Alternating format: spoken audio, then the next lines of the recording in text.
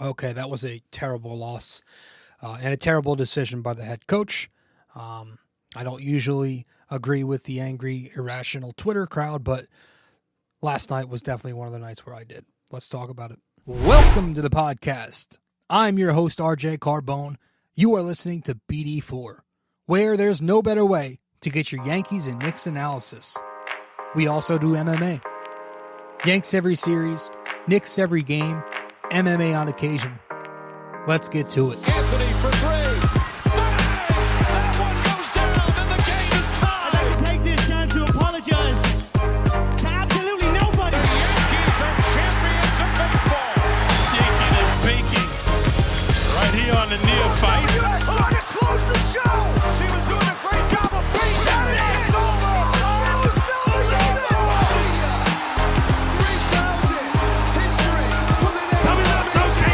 Don't you regret not coming to the Knicks? Don't you regret not coming to the Knicks?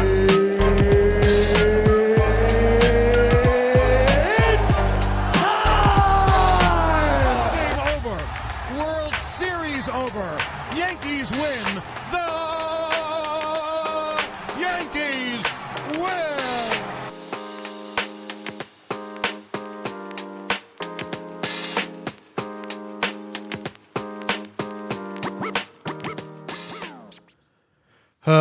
Welcome to the show. You know where to find me, all that stuff. We are getting right into it. The Knicks, they lose 129-120 last night in OKC. This episode, we're going to focus in on one specific talking point. 1 second here. Let me just set everything up. Get my notes up. Yeah, we're gonna focus in on that decision late in the game, and we'll get to it in a second. But the Knicks lose 129-120 in OKC last night. First quarter, right off the gate, you saw the poor defense being played. The Knicks were struggling containing OKC in dribble penetration. Led to a lot of open kickouts for three. Too many turnovers on the other end. The only positive was that the Knicks were generating a ton of contact and getting to the free throw line early. But it was 38-25 Thunder after one. Second quarter, the Knicks bench made an early push with SGA off the floor. They were able to go on this 16-4 run, pull within 5. RJ quickly a couple baskets. Josh Hart's pushing the tempo the entire second quarter. The starters check back in midway through, and then you start getting more turnovers, poor transition defense. OKC 9-0 run. DiVincenzo gets hot late in the period, and it's 69-60 OKC at halftime. Third quarter comes. Brunson and Randall are getting to their spots early, getting to the line, knocking down some jumpers. Josh Hart ties the game on a fast break. But then a few moments later, he makes a very bad turnover in transition. The Knicks are down 5 again. The Knicks had issues in the third quarter, still defending dribble penetration. It's 93-89, though, OKC after 3. Fourth quarter comes. Josh Hart, a couple of bad possessions on both ends to start. Quickly gets the Knicks back into the game. Big-time playmaking midway through the period, knocking down shots, making good passes to iHart. Brunson cuts the deficit to 5. And then you get to the final 4 or 5 minutes. It's back and forth, and then Tom Thibodeau'd makes the stupidest decision known to man, and it all really fell apart from there. Not ironically. And so the Knicks lose 129-120 to the Thunder last night in OKC. The Knicks shot 50-41, 80% to OKC's 54-44, 77%. The Knicks had 24 assists to 18 turnovers. Not good when you consider OKC 20 assists to 4 turnovers. They're a team who not only protects the ball, but they force a lot of turnovers too. The Knicks had 40 rebounds. OKC just 27. Figured that would have helped. Randall was the Knicks' leading scorer with 25 points. SGA and Jalen Williams both dropped 36. So, all that said, I want to start with, yes, the elephant in the room. Tom Thibodeau making that egregious decision to I mean, pull Emmanuel Quickley. He pulled Emmanuel Quickley. Why are we lagging so badly? I don't understand what's going on here. I've recorded this podcast like this is the third or fourth time me attempting to make this recording. Something with my tablet today. It's just acting up. We're going to have to figure this out. We might have to just switch to audio only. But we'll see. Tom Thibodeau pulls Emmanuel Quickley with 4 minutes left in the game, and the Knicks down 7 points. The explanation in the postgame was as you'd expect. It was the usual, all right? We needed length. OKC is long. You need switchability. And yeah, OKC went big at the end. Their smallest player was 6'5" in the final minutes there.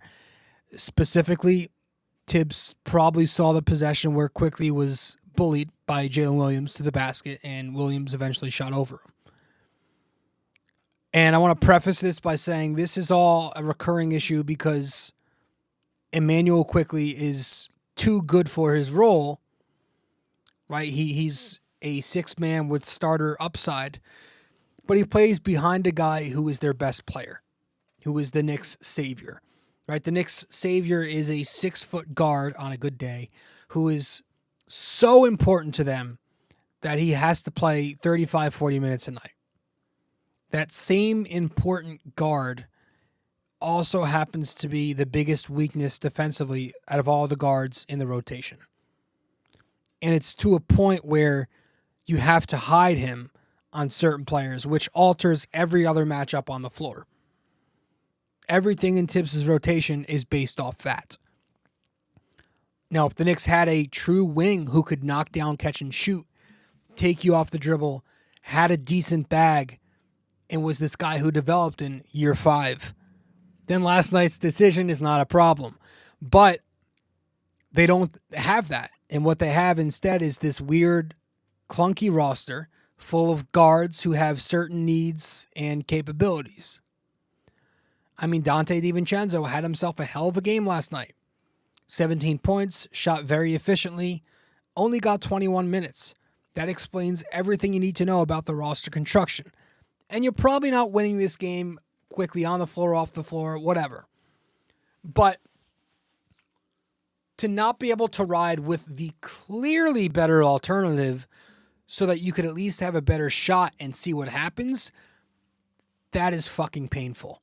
That gave me secondhand embarrassment as a Tom Thibodeau supporter. I decided not to go onto Twitter after last night because I know what the vibe would have been. So if you didn't watch the game, what Thibs did was he pulled Emmanuel Quickley, who was the best Knick on the night. And he didn't even pull him for DiVincenzo, who was the second best Knick on the night. Instead, he pulls him for RJ Barrett, who was the worst player on the floor last night, both sides. And worse yet, Josh Hart was already on the floor. And we know how great Quickley and Hart play together, just as we know how poorly the Knicks play in those Hart-RJ minutes with the spacing, the shooting, the defensive positioning, all those concerns. And I understand not wanting to go to a 3-guard lineup there. Right? You don't want 3 guards out there against that length. And the 5 players out there, 3 of them, Brunson, Dante, Randall, not great defensively. But you just cannot go to RJ Barrett there, who was not playing great defense on the night as it was. And he was also missing every single 3-pointer known to man. RJ, before the garbage time 3 that he knocked down, was 0 for 6. Okay? A famous Tom Thibodeau quote all year has been, the game's going to tell you what to do. How often do we hear that? The game will tell you what to do. Hey, Tom. And the game's also going to bite you right in the ass for going against it, right? It's kind of like ball don't lie. That's exactly what happened. Because the very second that Thibs pulled Quickley for RJ in the final 4 minutes there, the very second, RJ turns it over. RJ misses a 3. RJ gives up a few easy baskets playing stupid defense. OKC goes on this 8-2 run, and that turns the final 2 minutes into meaningless garbage time minutes. So, terrible coaching decision last night in a game where Tom Thibodeau was thoroughly outcoached.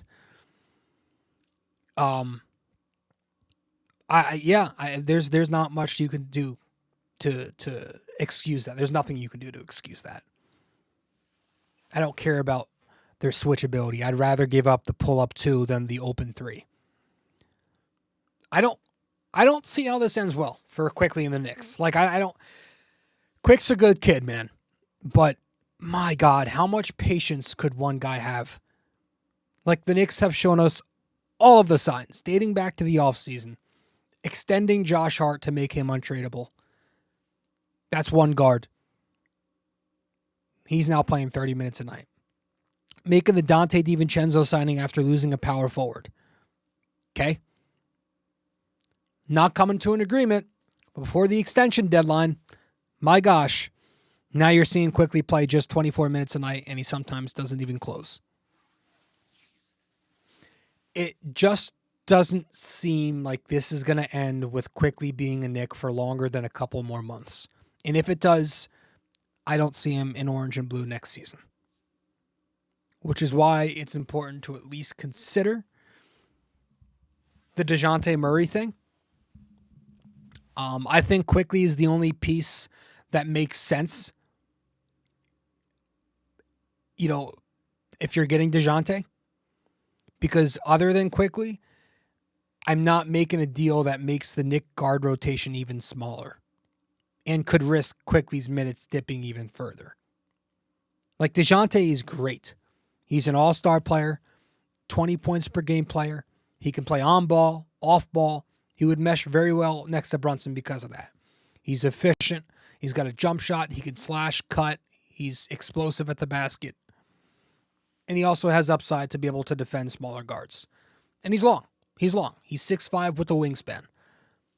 But I question the fit because he's also 180 pounds soaking wet. So, to me, it's like you're not adding a third point guard into the mix and expecting the Knicks to run all three of them 30-plus minutes. So, it's worth considering moving Quickley in the deal before you probably lose him for nothing in the summertime. But that trade's coming. Like, whether it's DeJounte or not, that trade to clear up guard minutes is absolutely coming. And when it happens, it needs to be a trade that happens with Quickley in their head. Meaning, it's either a trade that moves off another guard to get Quickley his 29, 30 minutes, or it's a trade that cuts the bullshit, gets to the point, kicks the elephant out of the room, and the two parties finally part ways. But it's also very difficult to move some of these other guys because you look around and it's like you can't move Josh Hart because of the new CBA. Grimes' value is in the toilet right now. I mean, he knocked down a three-pointer late last night. I forgot he was on the Knicks, and I'm like, wow, what if we got that more often where he knocked down 2 shots? 2 shots, and I'm happy. That's where he is in terms of value. Evan Fournier, who's not in the rotation anyway, nothing but a salary matcher at this point. And then you go to the front court, it's like with Mitchell Robinson down, Ihart's obviously sticking around now. Not that he was ever being moved, but he was, he is on an expiring deal. But he's staying. Randall's obviously here to stay. Brunson's here to stay. So it's like, who on the roster is really left to move to put around those two guys? Dante's the only name we haven't mentioned left. Right? I mean, he has also played a pivotal role in the team. He's shooting 46% from 3. He's being versatile. He's come off the bench for you. He's starting for you. You're going to have to attach a lot of first-round picks, a lot more than you want, unprotected. I think the initial cost for DeJounte Murray, the Hawks had to pay 3 firsts, 2 unprotected, 1 protected, and a swap. So maybe the price is lower now. Now that he's locked up on I think he's locked into a 4-year deal, 114 or something like that. But, with the Knicks situation, I feel like Atlanta, if they move him, is probably going to be asking for Emmanuel Quickley right off the bat. Is RJ the one you move? Right? I haven't mentioned him because it's like, well, 90% of the fan base, probably more, want him moved because he's been terrible. His value is low. How do you move that? How do you increase his value? Does playing him less minutes, less usage off the bench, does that decrease his value? Or does continuing to run him out there for 30 minutes to embarrass himself, does that decrease his value? It's kind of a double-edged sword at the moment. You just need him to play better. How do you trade RJ and still get something respectable back? Because I've always said this, like as soon as players start reaching year 5, year 6, year 7, you kind of know who they are, and trade value doesn't really mean as much. And we're at that point with RJ Barrett. He's in year 5, and he's the same old inefficient player. Right? He's a poor decision maker on his drives. Poor touch at the basket. He challenges rim protectors constantly despite mediocre athleticism. He's got no right. Very inefficient driving kick game. The best part of his game is that he's a bully who can get into the paint with ease. But it's about what happens after that. He's got no jump shot. 3-pointers below average. His mid-range, though he's taken more, it's still practically non-existent. No dribble package, no handles, crossover, no hezzy move. No triple threat, no face-up game. No pull-up. He's an average defender, in some years worse. RJ Barrett is a sixth man who belongs with the second unit, playing the role of a number 3 option in the starting unit, making $24 million a year, ascending for the next, 4 years? How do you move that? You have to package that with picks and young players. And I also think if you're going to move RJ, first of all, it's probably not going to be in that DeJounte deal, but it shouldn't be. Because you can't be moving RJ for a smaller guard. I think if you move RJ, you move him for a guy we've been hearing in the Knicks fan base lately, Cam Johnson. All right, a bigger wing defender. That's an intriguing trade for me. You attach some other things to it. Maybe who was it with the Nets? Maybe they like it. But for now, though, I feel like the Knicks seem to be stuck with RJ. I feel like they're going to run it through, at least for the rest of this season. And that's going to lead us to our next topic, making lemonade. And we'll talk about what I mean by that when we return from break. Stay with us here on BD4 episode 599 of the podcast. We appreciate you sticking around and listening so far. When you have a chance, be sure to open YouTube to subscribe, like, and comment. And if you're already watching on YouTube, be sure to head over to Apple Podcasts and give us a 5-star review. We appreciate your feedback and are always looking to improve. Now, with that all said, let's get you back to the show.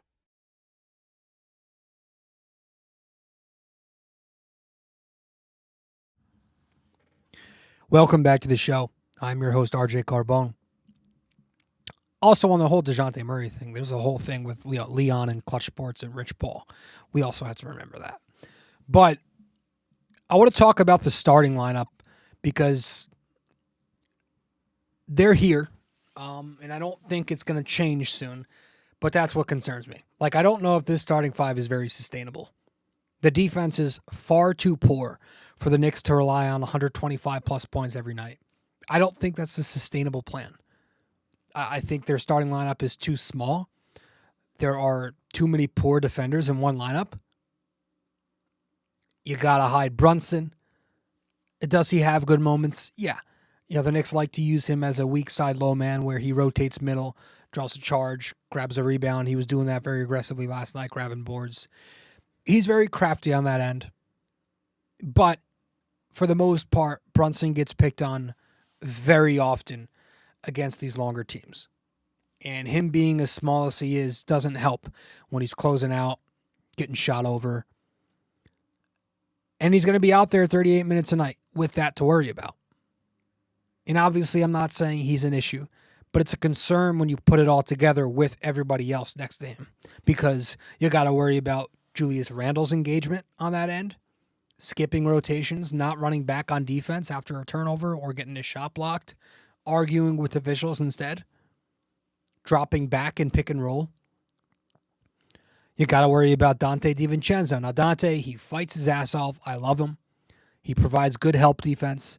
He's good on the boards, in the pass lanes, in transition. He's good in rotation. All that. But he's also very small for a wing to play up. And he's constantly getting bullied at the point of attack because of it. You have iHeart over Mitch, who brings a lot more offense. We love the dynamic there, the movement that he's bringing. But there's zero question that the defense is now lacking even more.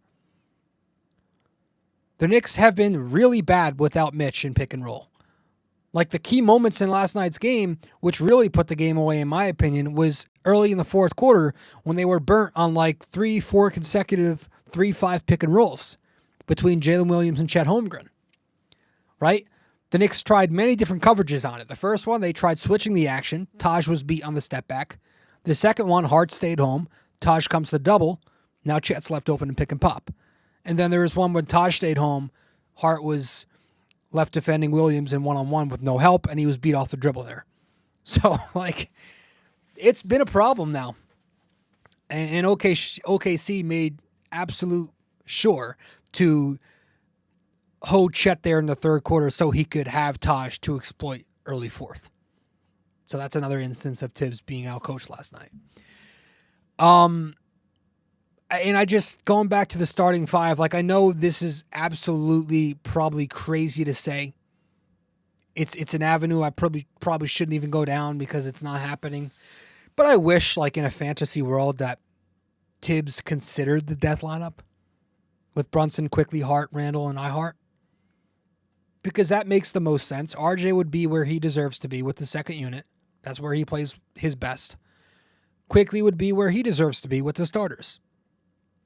But obviously, in a world with optics and politics and business shit, that's not happening. It's not realistic.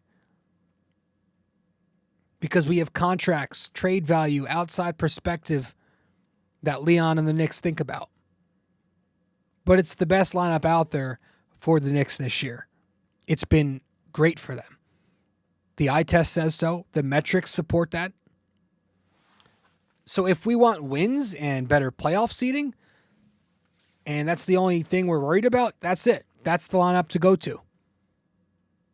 But with this current starting five, with Dante and RJ in there, I'm not going to guarantee this would happen, but I think there's a possibility, especially now that we're without Mitch, that they stay in this play-in range that they're in at the moment.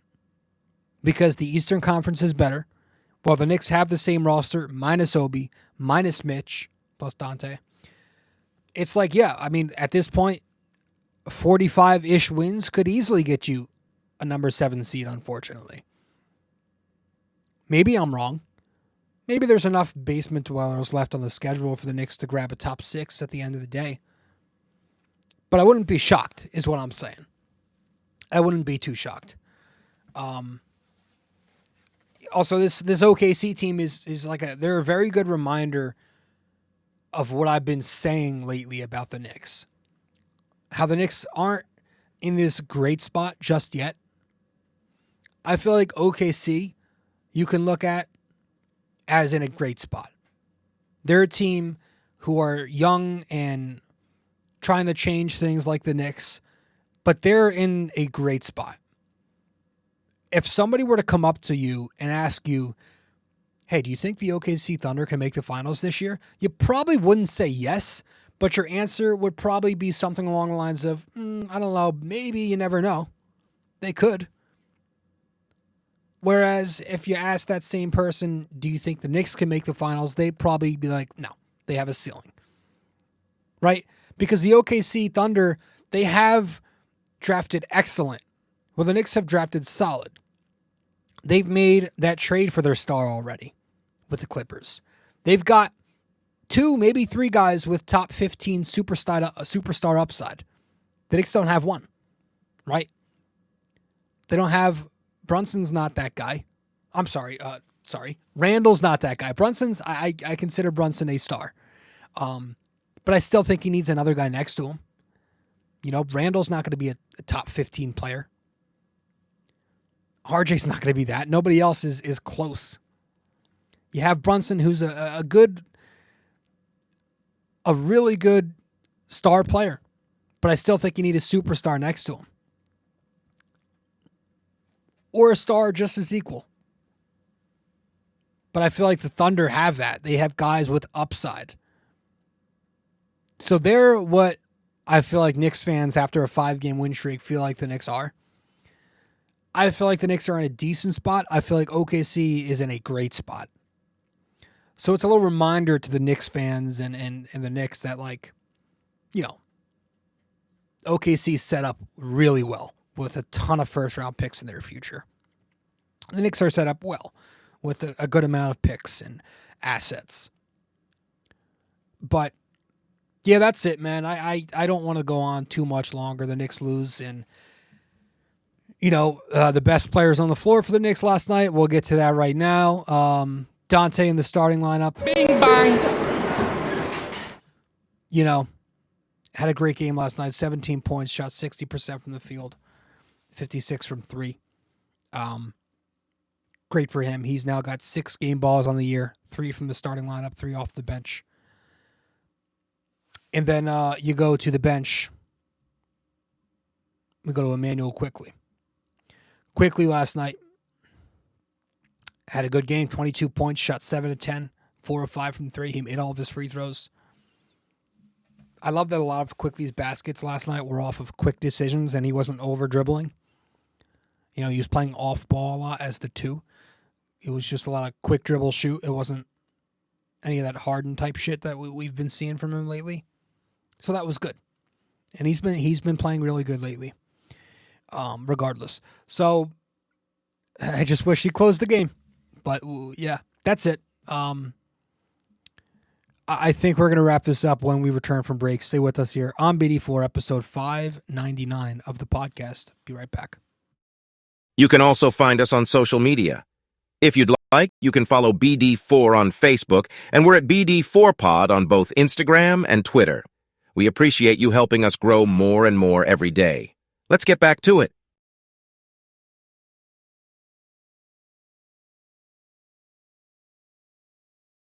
If you have time in the day or maybe just prefer old-fashioned reading over listening, then you can always follow along and subscribe to BD4 Blog by going to BD4blog.com. We're not on there as often, but when we do post, it's just as entertaining, opinionated, and passionate as we are on this podcast. Thank you so much. And let's keep on with the show.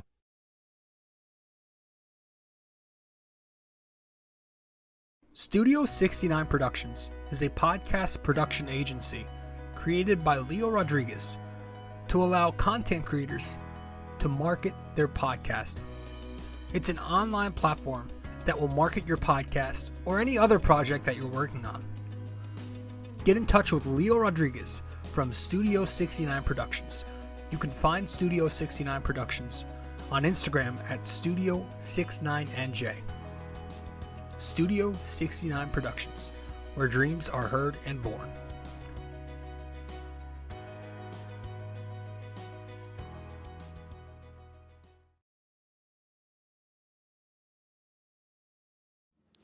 Welcome back to the show. I'm your host, RJ Carbone. You are listening to episode 599 of the podcast. Thanks for tuning in to BD4. BD4, where there's no better way to get your Yankees and Knicks analysis. We also do MMA, Yanks every series, Knicks every game, and MMA on occasion. Promise we'll start talking about that soon. Next year, we'll have more MMA out. Been slow with that. But I appreciate you tuning into the show. You could find BD4 on many different platforms. You can listen to us on Apple Podcasts. And if you enjoy the show there, be sure to leave us a 5-star rating and review. You can watch the video edit of this podcast up on YouTube. Be sure to subscribe, like, and comment. You can also watch us on Spotify and listen to us on Spotify. Share this episode. Download these episodes. If you want to share it on social media with your friends, you can do that. If you want to follow this podcast on social media, we have pages online. We got a page on Facebook at BD4. We're on Twitter at BD4Pod, and we're also on Instagram at BD4Pod. And if you want to follow me, at Rob J. Carbone. we have a blog. If you want to follow BD4blog.com, that's where we write our blogs about the Yankees, the Knicks, MMA. Go to BD4blog.com/blog to get to that section. We also have the different links and plugs for the podcast up there as well. So our website, BD4blog.com. Once again, BD4blog.com. So with that all said, let's wrap this thing up with our trivia. And with that, that'll be it after. I don't think that made any sense. Let's wrap this up with our trivia.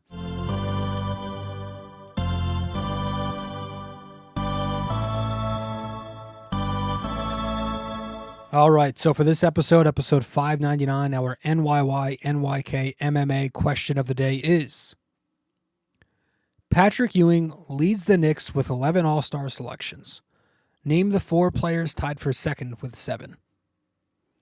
All right, Patrick Ewing leads the Knicks with 11 All-Star selections. Name the 4 players tied for second with 7. All right, so let me know the answer wherever you can reach me. If you get the answer correct, I'll give you a shout out on the next episode in front of all 2 of our listeners. If you don't get it correct, tough shit. Try again next time.